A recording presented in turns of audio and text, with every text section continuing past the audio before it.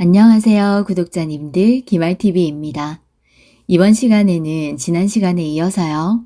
지난 1편에서는 이 시대의 2030 세대의 현실을 봤고요. 2편에서는 대한민국 허리인 4050 세대의 현실을 봤습니다. 이번 시간에는 우리 한반도가 앞으로 어떻게 흘러갈지, 급격하게 변할 정세에 대해서 알아보고요. 우리 대한민국은 이러한 급변기를 통과하고 우리나라의 입장과 위치, 새로운 시대의 문이 열리면 어떻게 열릴지 생각해 보겠습니다. 그리고 이 새로운 시대 가운데 꼭 건강하게 이 나라를 이끌어줄 건강한 지도자가 나타났으면 좋겠어요. 지금까지는 학벌이며 스펙이며 사회적 권력에 의해 지도자가 선출됐는데요. 스펙이 좋다고 해서 경영을 잘하는 건 아니잖아요.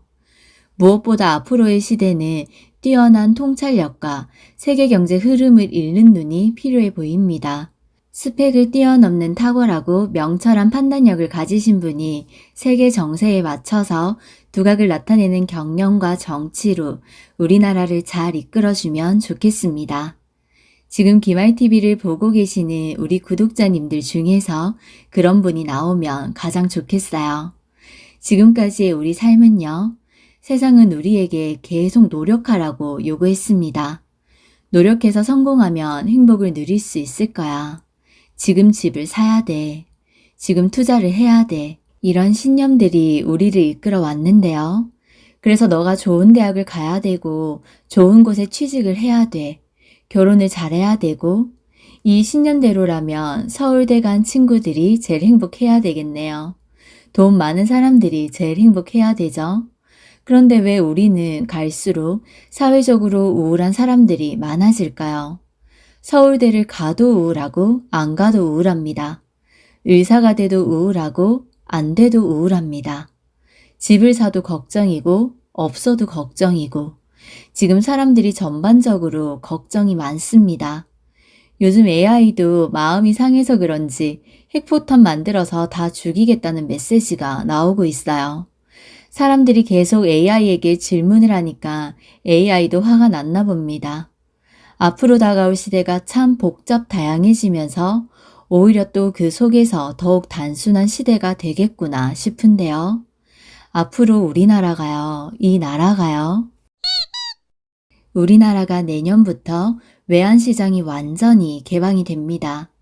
제가 예전 영상에서도 이제 우리의 경쟁자는 중국인이라고 했습니다. 중국인들이 국내 부동산을 싹쓸이하고 있는 것을 알려드렸어요. 이제 우리가 외환시장이 완전히 개방되면요. 아니 지금 또 개방하고 있잖아. 그게 무슨 문제가 돼? 더 좋아지는 거 아니야? 라고 생각하실 수도 있습니다. 그런데 일부 개방하는 것과 완전히 다 개방하는 것은 차이가 있겠죠. 외부적으로 지금 국제적인 압력이 있다는 것을 의미합니다. 외국의 돈 많은 세력들이 완전히 개방하라고 압박을 주니까요. 그런데 우리가 오케이 한 거죠. 그럼 외국 자본 세력들은 왜 완전히 개방하라고 할까요? 제가 지난 영상에서도 말씀드렸듯이 금리와 인플레이션 관계, CBDC 사회 두 편에 걸쳐서 말씀드렸던 것처럼 미국의 실제 주인이 누구일까요? 미국 국민일까요? 아니죠. 대통령도 아니고 바로 돈 많은 사람들입니다. 패드의 주인도 결국 이 세계 전체의 경제를 좌지우지하는 세력은 돈 많은 자본가들입니다. 그런데 왜 누구인지 콕 집어서 말을 못하냐고요? 누구인지 안 보이는 시스템으로 그들이 움직이니까요. 공격을 받을 수 없게끔 그들은 보이지 않게 자취를 드러내지 않고 움직입니다. 그들은 지금 미국의 행정부와 월가를 지배하면서 세계 경제를 운영해가고 있어요. 결국 그들의 목적은 하나의 시스템으로 통합하는 게 목적입니다. 이건 CBDC 영상을 참고해 주세요. 그런데 이 세력들이 우리 한국을 주요 국가로 택한 거예요. 우리나라가 인터넷도 빠르고 기술력도 좋잖아요. 우리나라를 잘만 활용하면 CBDC 사회로 가는데 속도를 낼 수 있습니다. 결론은 우리나라가 아마 세계 최상위 국가로 발전할 거예요. 그러면 항상 우리는 양면을 같이 생각해야 됩니다. 우리나라가 앞으로 잘 나가면 좋지, 좋은 거 아니야? 라고 생각하실 수 있는데요. 과연 좋기만 할까요? 좋은 것만 있는 게 아닙니다. 좋은 점도 있고 나쁜 점도 있습니다. 지금 세계에 돈 많은 자본가들이 우리나라를 세계 최상위 국가로 키우려고 해요. 그렇게 내년부터 외환시장이 완전히 개방이 되면요. 그러면 향후 10년, 15년 동안은 한국을 엄청나게 성장시킬 겁니다. 아마 통일되기 직전에 우리나라가 엄청나게 성장을 해야 될 거예요.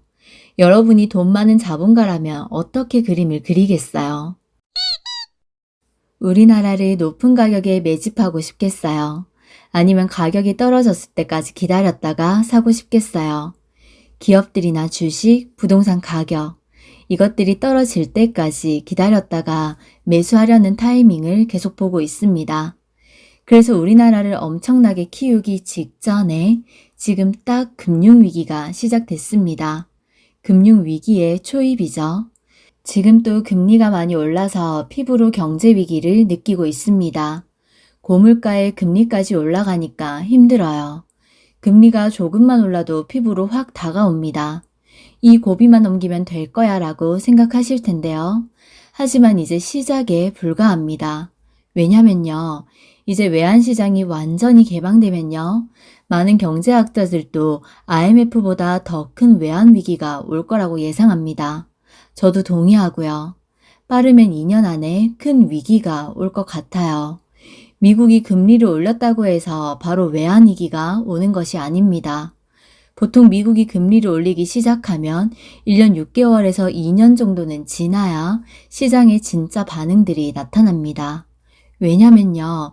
시장도 버틸 수 있을 때까지는 어떻게든 버티려고 하는 힘이 내부에 존재하니까요. 지금 잠시 숨고르기 됐다고, 숨 좀 쉬어졌다고 방심하시면 안 됩니다. 끝난 게 아니에요. 지금은 시작에 불과합니다. 이렇게 버티다 못 버티고 터지면 시장이 그때부터 무너지기 시작합니다. 지금 우리나라 기업이나 은행, 금융권들이 다 비상상태에 있습니다. 이런 상황에서 외환시장을 개방하면요. IMF 같은 게 또 온다는 말입니다. 그래야 그들의 계획대로 진행이 되니까요. 우리나라의 전반적인 지배권을 그들이 획득하려면 이 방법밖에 없어요. 국제자본이 확 한번 들어와서 인수를 할 수 있어야 되잖아요. 그렇게 금융위기를 만들고 가격이 떨어지고 쓰러질 때 인수를 하고 한국을 키워갈 계획입니다. 제가 지금 불안하게 느끼는 이유는요. 미국이 지금 또 금리를 올려서 현재 5.25입니다. 그런데 지금 우리 한국은행은 계속 금리를 동결하고 있어요. 금리 차이가 지금 역대 최대로 나고 있는데요. 왜 한국은행이 금리를 안 올리고 쉬었다 갈까요? 우리 최근에 금리를 올렸을 때 어땠어요? 파산하고 무너지는 사람들이 많았죠. 너무 힘들었어요. 이 상황에 또 올리면 정말로 경제가 무너지기 시작하니까 버티는 중입니다. 그런데 이게 결코 해결책이 되지는 않습니다. 지금 동결에서 3.5인데요. 지금 미국이 5.0에서 5.25까지 갔는데 우리나라가 3.5에서 버팁니다. 그런데 미국은 계속 올릴 거라고 입장을 보이고 있죠. 이렇게 버티다 나중에 다급하게 빵 하고 올리면 어떻게 될까요? 지금 IMF에서 뭐라고 경고하냐면요. 한국아, 너희 나라가 지금 경제에 거품이 가라앉아야 되는데 정부에서 버티기 하지 마라 라고 경고합니다. 지금 우리나라 자산시장이 그들이 계획하는 만큼 무너져야 되는데 우리나라 정부에서 버티기 정책을 하고 있습니다. 우리가 IMF 때 경험한 것이 있죠. 2008년 금융위기 때 한번 경험해본 패턴이 있으니까 예전처럼 팍팍 금리를 안 올리는 거예요. 어떻게든 버텨보자는 마음으로 금리를 안 올리고 부동산을 안정화시키려는 노력이 있습니다. 그런데요, 구독자님들, 앞으로는 전 지구적인 경기 침체가 올 것입니다. 지금 전 지구적인 경기 침체를 겪어보신 분들이 없잖아요. IMF 때는 아시아 유동성 위기잖아요. 주변에는 아무 문제가 없는데 아시아에만 외환 위기를 만들어서 지배권이 옮겨간 케이스입니다. 그런데 지금은 전 세계적으로 흔들리는 경제 위기입니다. 앞으로 시작될 경제 위기는 아시아 수준에서의 위기가 아니고요. 전 세계적으로 우리가 지금 코로나 때 전 세계적으로 위협을 느껴봤잖아요. 이제 오는 위기는 전 세계적인 위기입니다. 그런데 지금 아직 피부로 못 느끼는 이유가요. 심각성을 그렇게 못 느끼는 이유가 아직 회사들이 부도가 안 나서예요. 버티고 있으니까요. 월급이 들어오고 있으니까요. 그래서 아직 실감을 못하는 겁니다. 지금 많은 수치들이 외환 위기 때보다 더 심각한 경향을 보이고 있습니다. 지금 우리나라 건설 회사들이 전부 다 비상이잖아요. 회사의 재무 상태표를 열람해 보시면요. 작년부터 어떤 상황인지 다 볼 수 있습니다. 보지 않더라도 지금 계속 미분양이 생기고 있잖아요. 지금 우리나라 부동산이 거품이 많아서 고평가된 상황입니다. 그래서 이게 무너지면 안 되니까 나라에서는 어떻게든 부동산이 버틸 수 있도록 노력하고 있습니다. 우리나라 부동산 건설 경기가 무너지면요. 은행권들도 자르르 영향을 받게 되고요.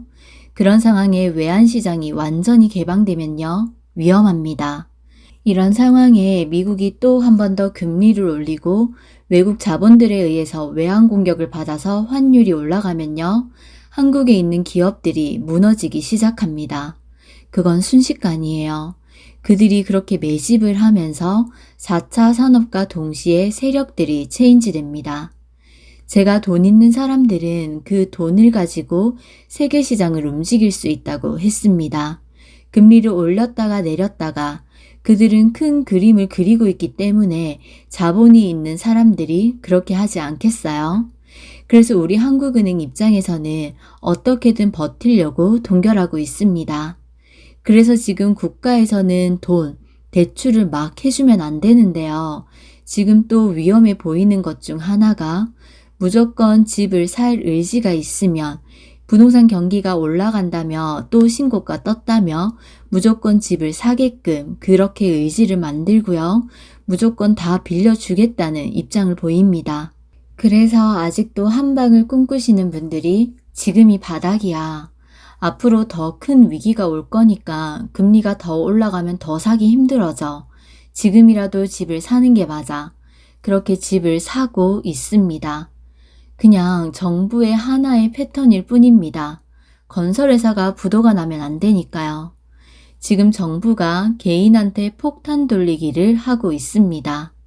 지금 전세 사기 소식도 많고 전세 때문에 난리잖아요. 그런데 이제 올해 여름이 지나가면요. 시장에 대출받아서 전세했던 사람들 만기가 또 돌아옵니다. 그래서 이제 이게 시작이에요.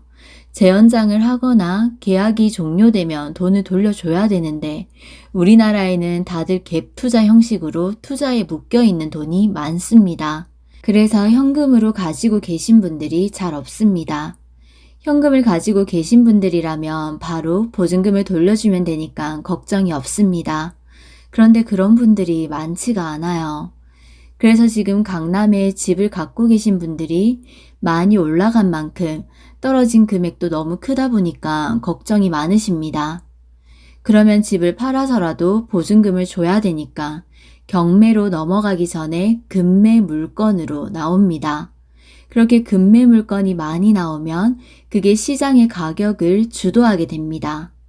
강남의 50억 선, 40억 선, 30억대, 20억대 이 선들이 무너지면 당연히 주변 지역들도 영향을 받게 되고요. 지금 기존 아파트들 뿐만 아니라 분양도 안 되고 있습니다. 미분양이 늘어나고 있어요. 버티다 결국 건설 회사들이 부도가 나기 시작합니다. 지금 세계 자본가들이 우리나라가 그런 흐름에 들어가게끔 만들어둔 그림입니다.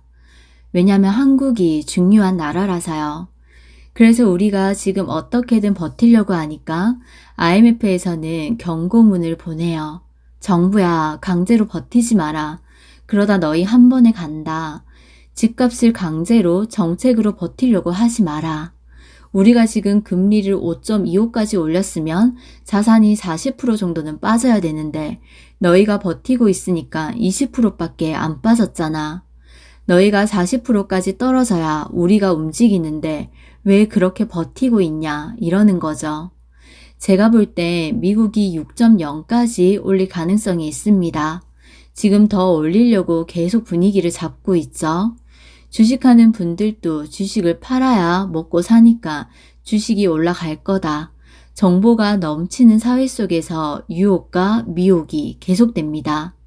삶이 갈수록 살기 어려우니까 경험치가 적은 2030 세대들은 쉽게 따라하는 경향도 많이 보이고요.